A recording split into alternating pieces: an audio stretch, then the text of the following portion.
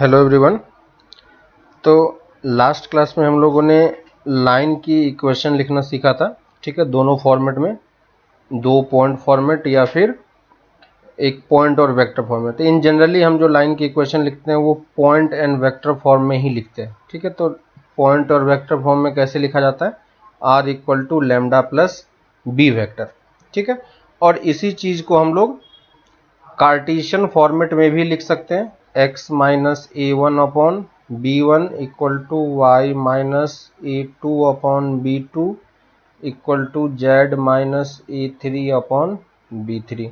ठीक है, तो ये मेरा दोनों इक्वेशन ऑफ लाइन ही है, और कार्टेशियन फॉर्मेट में और वेक्टर फॉर्मेट में, जहाँ पे ए वेक्टर को हम क्या लिख पाएंगे, A one I plus A two J plus A three के।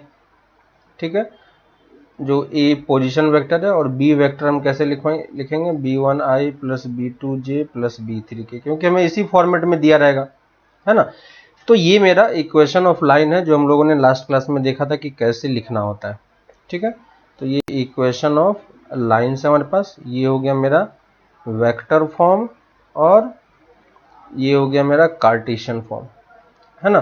तो दोनों फॉर्मेट में आपको एक दूसरे में कन्वर्ट करना भी आना चाहिए, जो कि मैंने लास्ट क्लास में बताया था, है ना। तो इजीली आप कन्वर्ट भी कर सकते हो, और एक्सरसाइज में आपको क्वेश्चंस भी मिले होंगे जहां पे आपको कन्वर्ट करना होगा। ठीक है, लास्ट क्लास में हम लोगों ने देखा था पहली चीज कि एंगल कैसे निकालते हैं, एंगल बिटवीन लाइन कैसे निकालते हैं, ये लास्ट क्लास में मैंने बताया था आपको। ठीक है, इसी में हम लोगों ने ये भी बताया था कि पैरेलल लाइन है या नहीं कैसे चेक करते हैं, और पैरेलल लाइन कैसे लिखते हैं, है ना। ये दोनों चीज़ें मैंने लास्ट क्लास में एक एग्जांपल लेके भी मैंने बताया था। और परपेंडिकुलर लाइंस है या नहीं ये हम चेक कर सकते हैं। ठीक है, परपेंडिकुलर लाइंस लिखने के लिए नहीं आएगा, लेकिन पैरेलल लाइंस आपको लिखने के लिए बोल सकता है, तो वो चीज़ आप समझ सकते हो कि कैसे होगा। ठीक है, तो लाइंस के केस में हम लोगों ने ये तीन चीज़ें पर्टिकुलरली चेक की थी, है ना। एक था हमारे पास एंगल बिटवीन लाइन, ठीक है, दूसरा था पैरेलल लाइंस को लिखना और पैरेलल लाइंस को चेक करना, और परपेंडिकुलर लाइंस को चेक करना। ठीक है, तो ये तीन चीजें हम लोगों ने लास्ट क्लास में देखी थी। इसी में एक और चीज है जो फोर्थ पार्ट है, वो हम डिस्टेंस के बारे में बात करेंगे। ठीक है, तो डिस्टेंस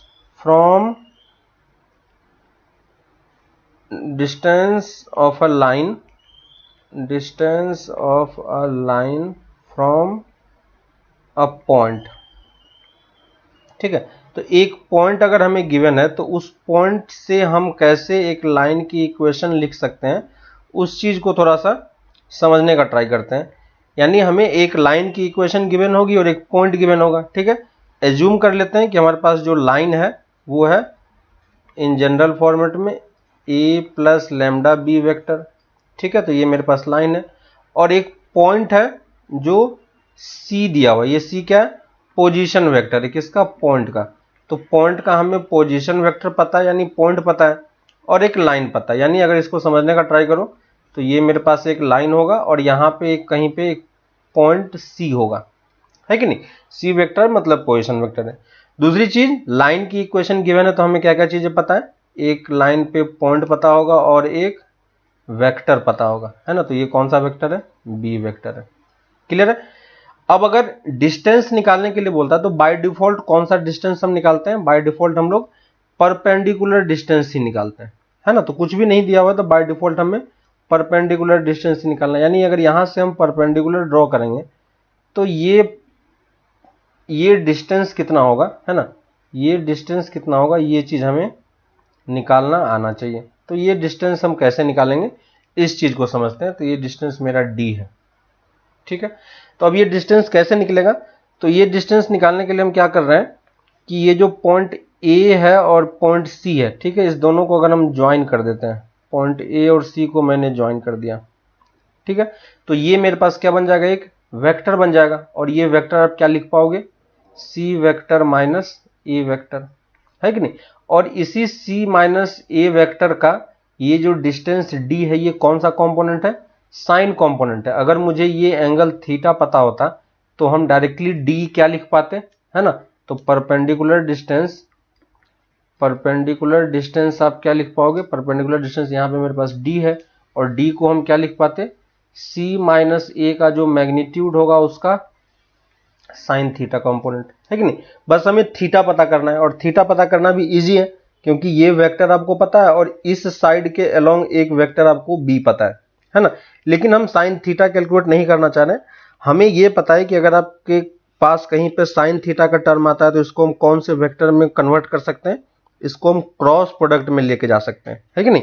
जहां पे भी आपके पास डॉट का टर्म आएगा उसको हम, जहां पे आपके पास कॉस का टर्म आएगा उसको हम डॉट में लेके जा सकते हैं, और जहां पे मेरे पास साइन का टर्म आएगा उसको हम क्रॉस में कन्वर्ट किया जा सकता है कि नहीं। तो ये देखो c माइनस ए वेक्टर, ठीक है, और ये साइन थीटा मेरे पास ऑलरेडी था ही। अगर मैं ऊपर नीचे b वेक्टर के मॉड से डिवाइड कर दूं, ठीक है, ऊपर नीचे मैं क्या कर रहा हूं, b वेक्टर से मॉड के डिफाइन कर रहा हूं, क्योंकि यहां पे आपको दिखाई दे रहा है कि ये जो एंगल थीटा है वो इसी दो लाइन के बीच का एंगल है कि नहीं। एक ये वेक्टर है और एक ये वेक्टर, तो हम थीटा को इस तरीके से रिप्रेजेंट कर सकते हैं। और ऊपर वाला टर्म एक्चुअली में आपका क्या बन गया, c माइनस ए क्रॉस b वेक्टर, है ना। और क्योंकि हम डिस्टेंस ले रहे हैं तो इसका हम क्या ले लेंगे, मॉड ले लेंगे, और divided by mod b vector. Clear है। तो ये मेरा क्या हो गया, डिस्टेंस d हो गया, और यही डिस्टेंस हमारा क्या है, पॉइंट का लाइन से डिस्टेंस है, ठीक है।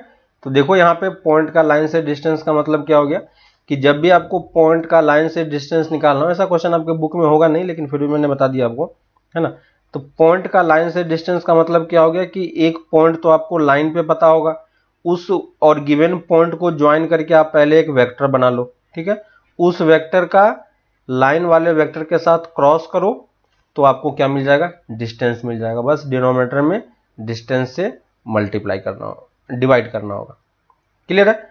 तो ये आपका फोर्थ पार्ट था, distance of A line from a point, ठीक है। तो इस पे आपके पास क्वेश्चन कम है, लेकिन जो आपके पास क्वेश्चन देखने को मिलेगा वो ये मिलेगा, distance between two parallel line, है कि नहीं।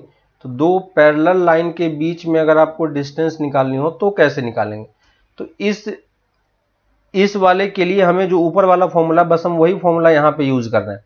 और देखो ये कैसे यूज हो रहा है, तो दो पैरेलल लाइन एक्चुअली में हमें गिवन होगा, है ना। तो मान लेते हैं कि L1 लाइन मेरे पास है R equal to A plus lambda B vector, और L2 क्या होगा, R vector equal to C plus lambda B vector, है कि नहीं।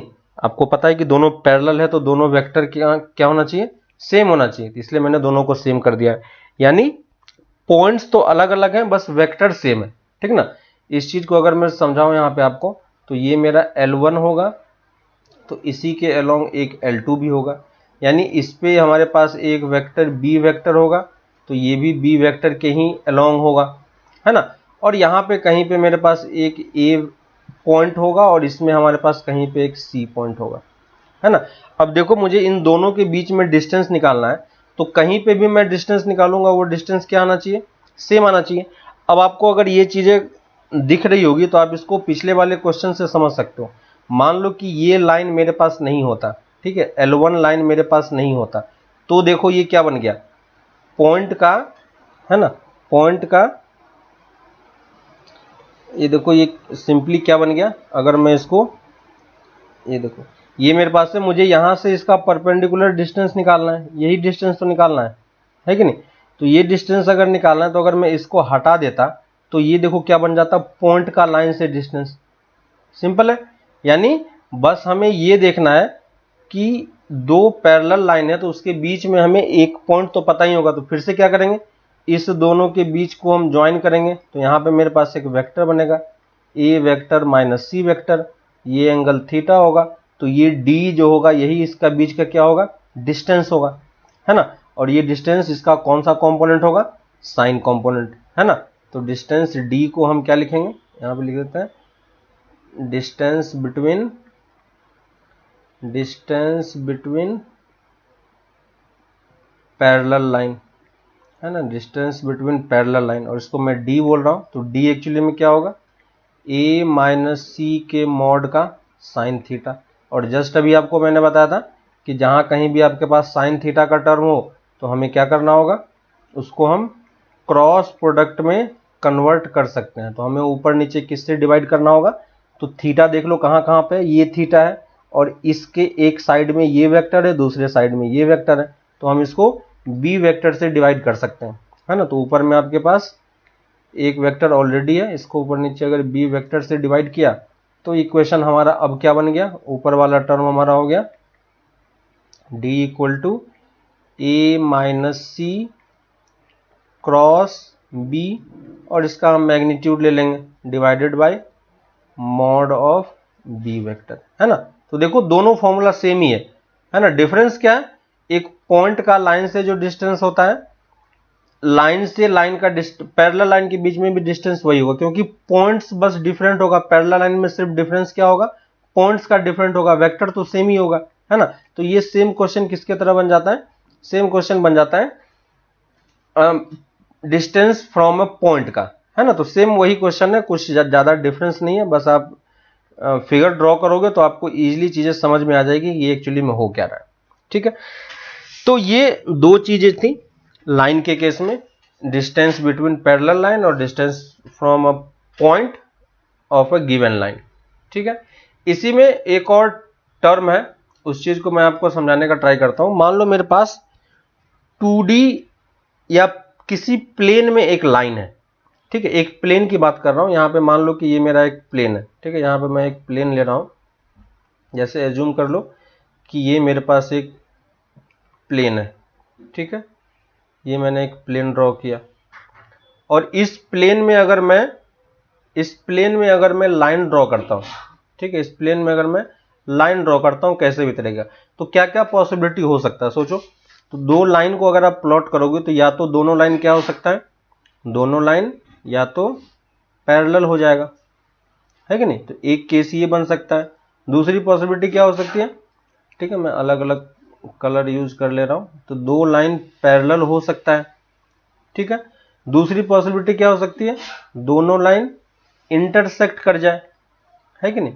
दूसरी पॉसिबिलिटी क्या हो सकती है, दोनों लाइन इंटरसेक्ट कर सकता है, ठीक है। और थर्ड पॉसिबिलिटी क्या हो सकता है कि दोनों लाइन कोइंसिडेंटल हो जाए, है ना। कोइंसिडेंटल मतलब क्या हो गया कि दोनों सेम मतलब कि दोनों सेम ही लाइन है ना, एक दूसरे के ऊपर लाइन इस तरीके से। तो इसको हम कौन सा लाइन बोलते हैं, पहला वाला मेरे लिए हो गया पैरेलल, है ना। ये क्या हो गया इंटरसेक्टिंग, और ये क्या हो गया कोइंसिडेंटल। लेकिन ये तीन पॉसिबिलिटी कहां पे है, ये तीन पॉसिबिलिटी आपके पास है जब ये सेम प्लेन में लाई कर रहा हूं, ठीक है, एक ही प्लेन में, है ना। सेम प्लेन में अगर दो लाइन हो तो दो लाइन सिर्फ यही केसेस हो सकता है। लेकिन अगर यही चीज मेरे पास 3D में है ना, तो अगर 3D स्पेस की बात करें, अगर 3D स्पेस में हमारे पास दो लाइन है तो यहां पे मेरे पास क्या क्या पॉसिबिलिटी हो सकता है, तो वो मैं आपको दिखा रहा हूं। तो यहां पे जो मेरे पास पॉसिबिलिटी हो सकती है, सेम वही पॉसिबिलिटी, या तो दोनों लाइन क्या हो सकते हैं, पैरेलल हो सकते हैं, है ना, जो हम लोगों ने ऑलरेडी चेक किया था, है ना। तो दो लाइन या तो पैरेलल लाइन होंगे फर्स्ट केस। दूसरा केस क्या हो सकता है, दोनों लाइन इंटरसेक्टिंग हो सकता है ना, दोनों लाइन कहीं पे इंटरसेक्ट कर रहा हूं, पॉसिबल है, ठीक है। और हो सकता है दोनों लाइन कोइंसिडेंटल हो, है ना। कोइंसिडेंटल मतलब क्या हो गया कि दोनों लाइन एक दूसरे के ऊपर लाई कर रहा होगा, है ना। तो ये मेरा दूसरा लाइन हो गया, ठीक है। तो इसको हम लोग अलग से क्यों देख रहे हैं, क्योंकि अब सोचोगे क्योंकि ये 3D स्पेस में है तो एक ऐसी पॉसिबिलिटी भी हो सकती है ना। इसको मैं लिख देता हूं, ये कौन सा हो गया, ये मेरे पास हो गया पैरेलल लाइन, है ना, जिसके बारे में हम लोग पढ़ चुके हैं। इंटरसेक्टिंग लाइन, दो लाइन इंटरसेक्ट करेगा या नहीं करेगा। कोइंसिडेंटल लाइन मतलब क्या हो गया, है ना, कोइंसिडेंटल लाइन, ठीक है। तो यहाँ पे लाइन की इक्वेशन आपको देखने के लिए कैसे मिलेगी, ठीक है। मान लेता हूं मैं एक L1 है एक L2 है, यहाँ पे भी L1 है L2 है, यहाँ पे भी L1 है और L2 है, ठीक है। तो यहाँ पे आपको L1 किस फॉर्मेट का दिखाई देगा, R equal to A plus lambda B vector, है कि नहीं।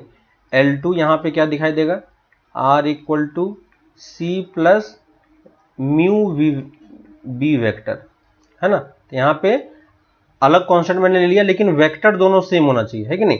तो वेक्टर सेम होगा तो ये दोनों चीज़ें क्या हो जाएगी, पैरेलल हो जाएगा, है कि नहीं। ये दोनों क्या हो जाएगा, ये मेरा पॉइंट ए है और ये मेरा पॉइंट सी है। इंटरसेक्टिंग में क्या होगा, यहाँ पे आपके पास वेक्टर भी डिफरेंट होगा और पॉइंट भी डिफरेंट होगा, है ना। तो ए प्लस लेमडा बी हो सकता है और दूसरा पॉइंट क्या होगा, R equal to C plus lambda D, है ना। तो यहाँ पे अगर वेक्टर, दोनों वेक्टर अलग अलग हो तो इसका मतलब वो इंटरसेक्टिंग का एक केस ये हो सकता है, ठीक है।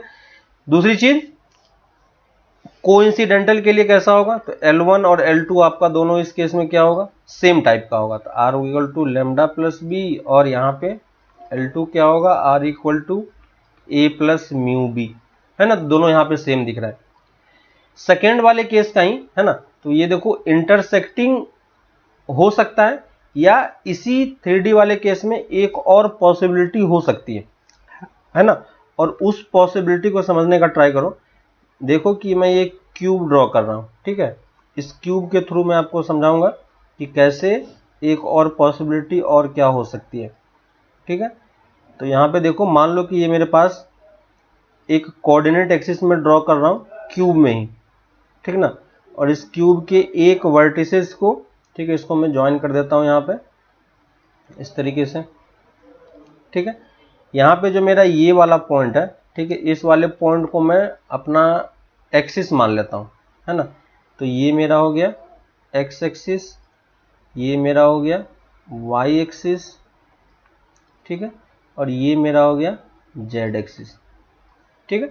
अब यहाँ पे देखो, आप समझने का ट्राई करो कि अगर अब यहाँ पे टोटल कितने पॉइंट्स हैं। देखो मैं मार्किंग कर रहा हूँ, O A B C D E F G, है ना।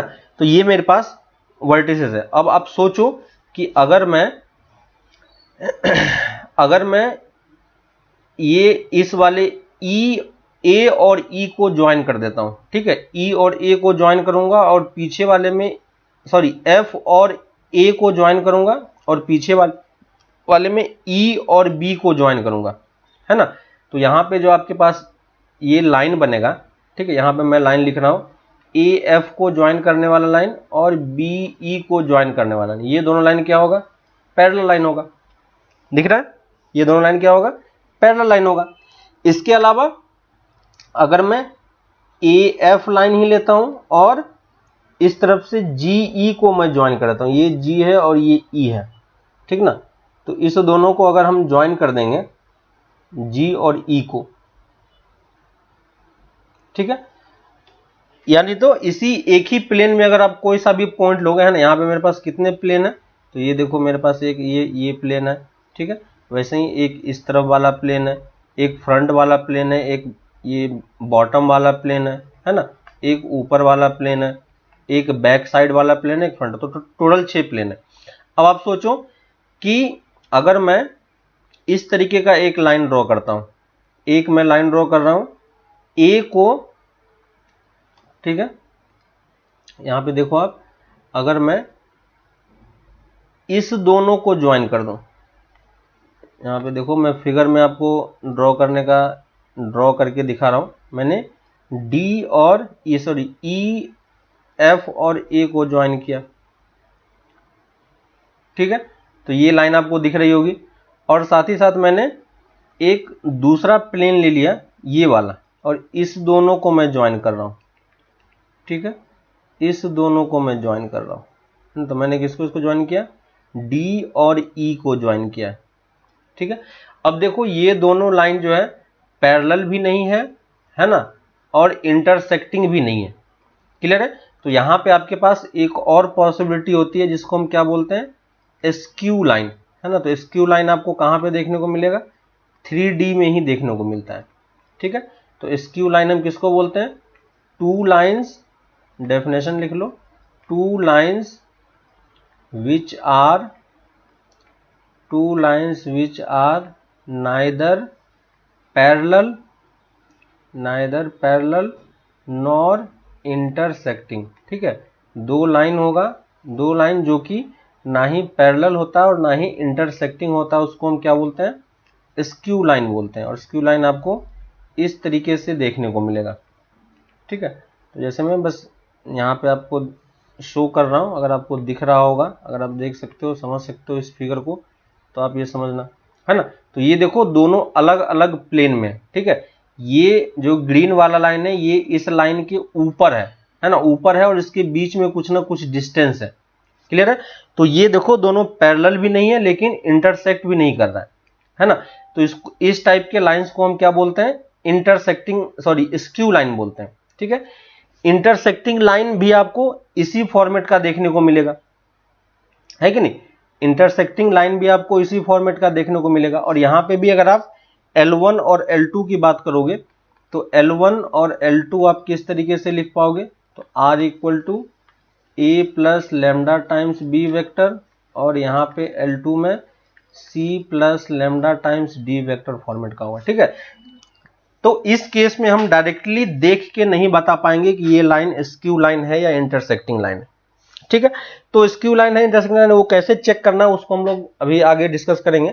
बस हमें इस वाले पार्ट में, क्योंकि ये दोनों लाइन इंटरसेक्ट नहीं कर रहा है, तो दोनों के बीच में कुछ ना कुछ मिनिमम डिस्टेंस होगा, है कि नहीं। दोनों लाइन के बीच में कुछ ना कुछ मिनिमम डिस्टेंस होगा, हमें यहाँ पे वही मिनिमम डिस्टेंस कैलकुलेट करने का ट्राई करना है ना। और इसी को हम क्या बोलते हैं, डिस्टेंस बिटवीन स्क्यू लाइन। इसी को हम क्या बोल रहे हैं, डिस्टेंस बिटवीन स्क्यू लाइन। तो हमें अब ये वाला पार्ट निकालना है, डिस्टेंस बिटवीन स्क्यू लाइन क्या होगा, ठीक है। डिस्टेंस बिटवीन स्क्यू लाइंस क्या होगा। और इसी डिस्टेंस को हम कौन सा डिस्टेंस बोलते हैं, इसी को हम बोलते हैं शॉर्टेस्ट डिस्टेंस। तो अगर आपसे कभी कोई शॉर्टेस्ट डिस्टेंस निकालने के लिए बोलता है, इसका मतलब वो आपसे स्क्यू लाइन के बीच का डिस्टेंस ही निकालने के लिए बोल रहा है, ठीक है ना। अब देखो कि ये कैलकुलेट कैसे होता है ना।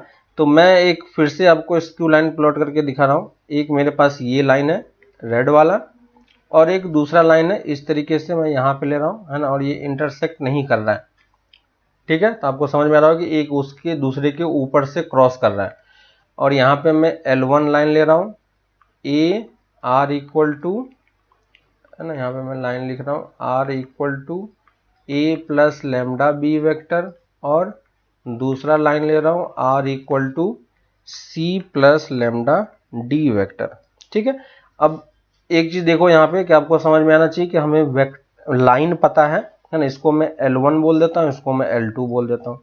तो अगर हमें लाइन पता है तो हमें क्या क्या चीजें पता होगी, पॉइंट और वेक्टर पता होगा, है ना।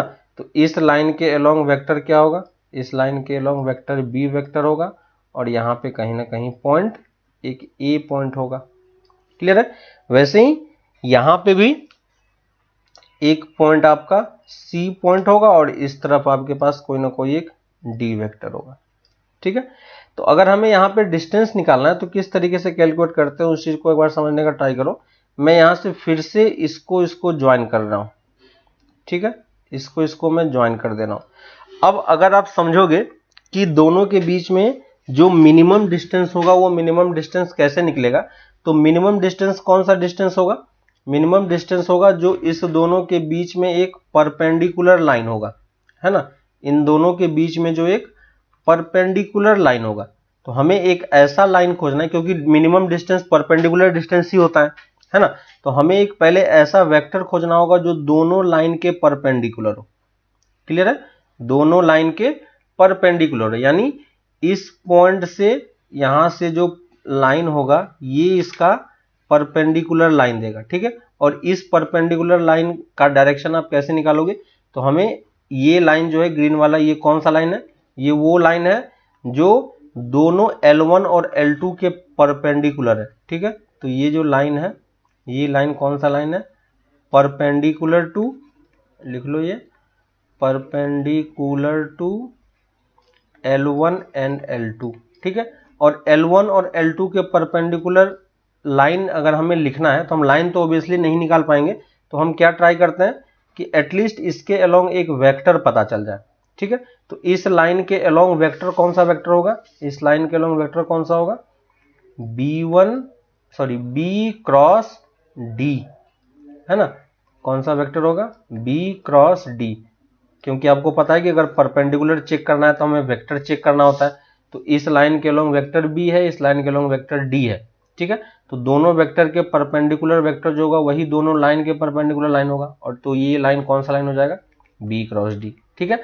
अब देखो हमें भी इसके अलोंग एक वेक्टर हमें पता है, इसके अलोंग हमें एक वेक्टर पता है, ये कौन सा वेक्टर है, ए माइनस सी वेक्टर है, ठीक है, ये ए माइनस सी वेक्टर है। और इसके अलोंग वेक्टर कौन सा होगा, बी क्रॉस डी वेक्टर।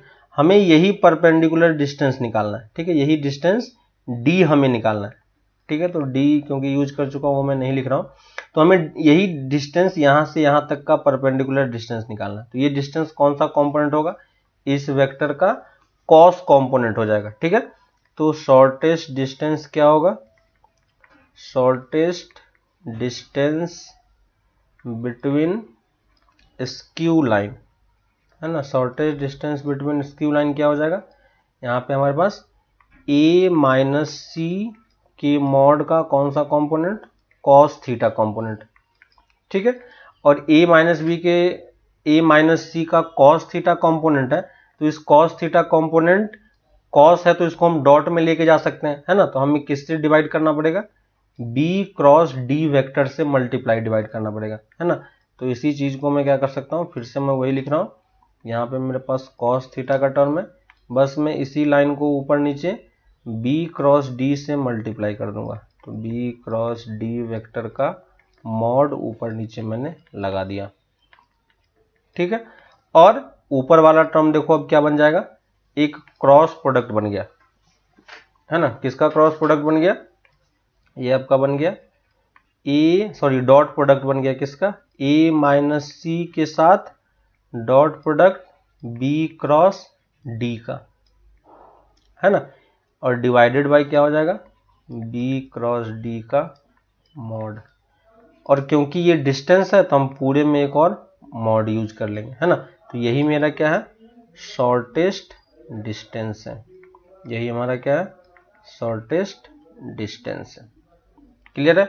तो ये इस तरीके से आपको शॉर्टेस्ट डिस्टेंस आपको कैलकुलेट करना है। इस शॉर्टेस्ट डिस्टेंस में देखो कौन कौन सी चीजें हैं यहाँ पे, है ना। तो इस शॉर्टेस्ट डिस्टेंस पे अगर आप देखोगे तो यहाँ पे आपको कौन कौन सी चीजें देखने को मिलेगी, यहाँ पे आपके पास जो देखने की चीजें हैं वो है कि दो पॉइंट है यहाँ पे हमारे पास। कौन कौन सा पॉइंट है हमारे पास यहाँ पे, ये देखो एक पॉइंट ए पॉइंट है ना, और एक पॉइंट सी पॉइंट है। ये दोनों पॉइंट हमें कहां से मिला, दोनों पॉइंट लाइन पे गिवन पॉइंट था। तो दोनों पॉइंट को ज्वाइन करके आप एक वेक्टर जनरेट कर लो, और दोनों लाइन पे जो वेक्टर हमें ऑलरेडी पहले गिवन था उसका क्रॉस निकाल के इस दोनों पॉइंट को ज्वाइन करने वाले लाइन के साथ हमें डॉट लेना है, ठीक है। तो यहाँ पे देखो बी क्रॉस डी भी है और ये टर्म भी है ना।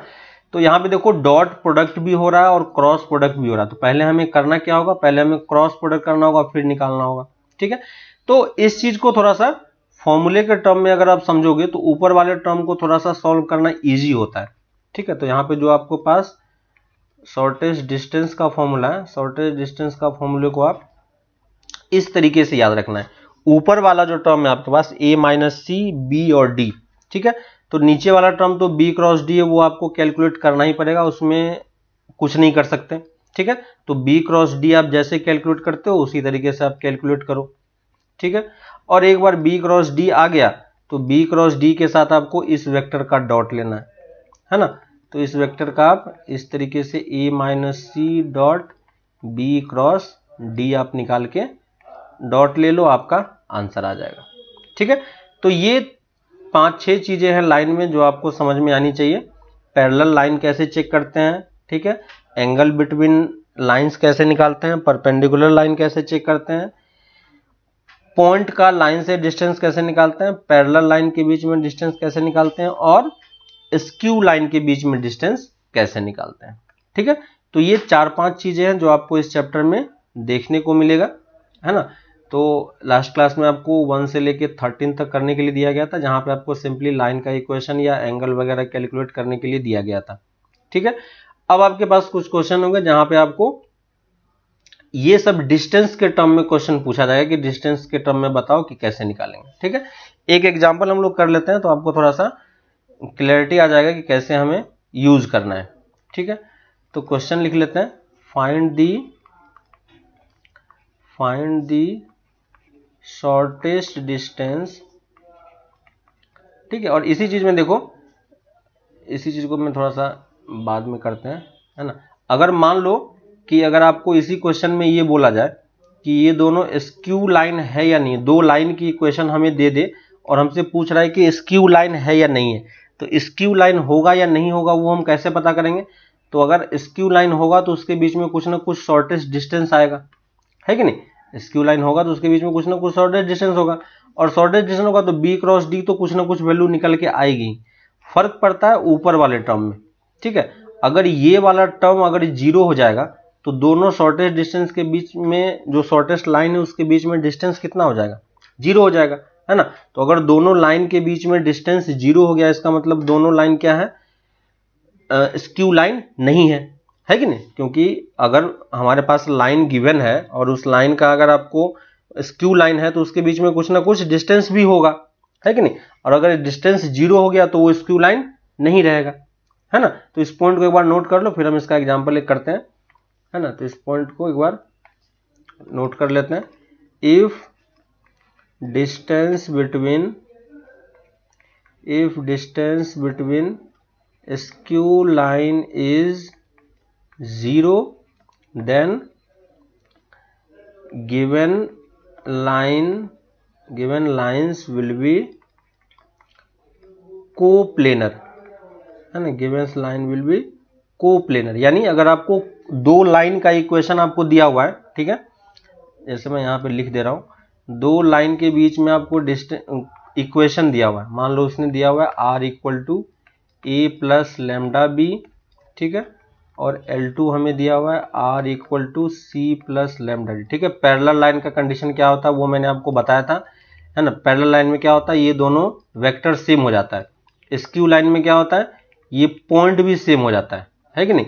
लेकिन स्क्यू लाइन के केस में क्या होगा कि ये एक अदर वेक्टर होगा, है ना। तो यहाँ पे एक अदर कांस्टेंट म्यू ले लेते हैं। तो हमें अब ये दोनों लाइन जो है आप ये डायरेक्टली देख के नहीं बता पाओगे कि ये लाइन जो है इंटरसेक्टिंग है या स्क्यू लाइन है। क्लियर है, क्योंकि पैरेलल है या नहीं वो आप चेक कर सकते हो, कोइंसिडेंटल है या नहीं वो आप डायरेक्टली देख के बता सकते हो। लेकिन अगर पॉइंट भी डिफरेंट है और वेक्टर भी डिफरेंट है तो हम डायरेक्टली देख के नहीं बता पाएंगे कि ये क्या होगा, इंटरसेक्टिंग होगा या नहीं होगा, है कि नहीं। तो इंटरसेक्टिंग होने के लिए इसको क्या होना पड़ेगा, सेम प्लेन में लाई करना पड़ेगा, जैसे आपको पहले स्टार्टिंग में बताया था, है कि नहीं। और अगर सेम प्लेन में नहीं है तो फिर ये क्या हो जाएगा, ये स्क्यू लाइन हो जाएगा। ठीक है, तो ये दोनों L1 और L2 स्क्यू लाइन है या नहीं ये हम कैसे चेक करेंगे।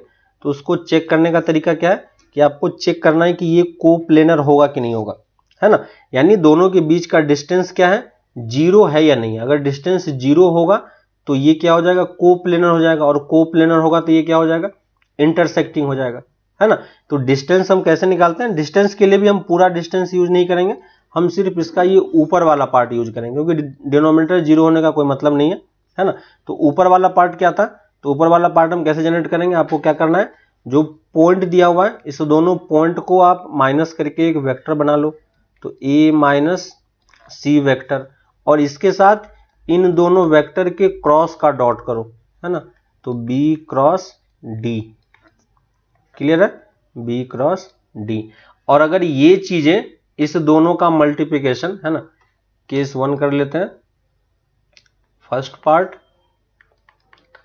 If this equal to 0 then क्या होगा, L1 and L2 are coplanar, है कि नहीं। ये दोनों क्या हो जाएगा, कोप्लेनर हो जाएगा। और इसी को दूसरे लैंग्वेज में हम क्या बोल सकते हैं, L1 and L2 are intersecting line. ठीक है, तो अगर आपको ये इस वाले टर्म की वैल्यू अगर जीरो हो जाती है तो ये दोनों लाइन क्या हो जाएगा, इंटरसेक्टिंग होगा। ठीक है, और स्क्यू लाइन होगा या नहीं होगा वो हम कैसे पता करेंगे, तो वो सेकेंड वाले पार्ट से पता होगा। इफ सेम वही चीज अगर नॉट इक्वल टू जीरो होता है ना, तो a minus C dot B cross D, अगर ये वाला चीज नॉट इक्वल टू जीरो होता है, ठीक है, अगर ये इक्वल टू जीरो होगा तो कोप्लेनर या इंटरसेक्टिंग बन जाएगा, लेकिन अगर ये नॉट इक्वल टू जीरो होता है देन ये क्या हो जाएगा, then L1 and L2, then L1 and L2 are skew line, ठीक है। तो अगर आपको स्क्यू लाइन है या नहीं है ये चेक करना है तो आप इस तरीके से चेक कर सकते हो इजीली, ठीक है। तो आपको सारे टाइप के चीजें पता होगी कि कैसे हमें सॉल्व करना है, ठीक है। तो एक क्वेश्चन करते हैं पहले, फिर उसके बाद आपको समझ में आएगा कि एक्चुअली में क्या होगा, ठीक है। फर्स्ट पार्ट है check whether L1 and L2 are skew line or not, ठीक है। First part, if it is a skew line, then find the shortest distance, ठीक है। तो यहां पे मैं दो लाइन ले रहा हूं L1 और L2, ठीक है, और L1 और L2 देखो i j k के टर्म्स में मैं लिख रहा हूं।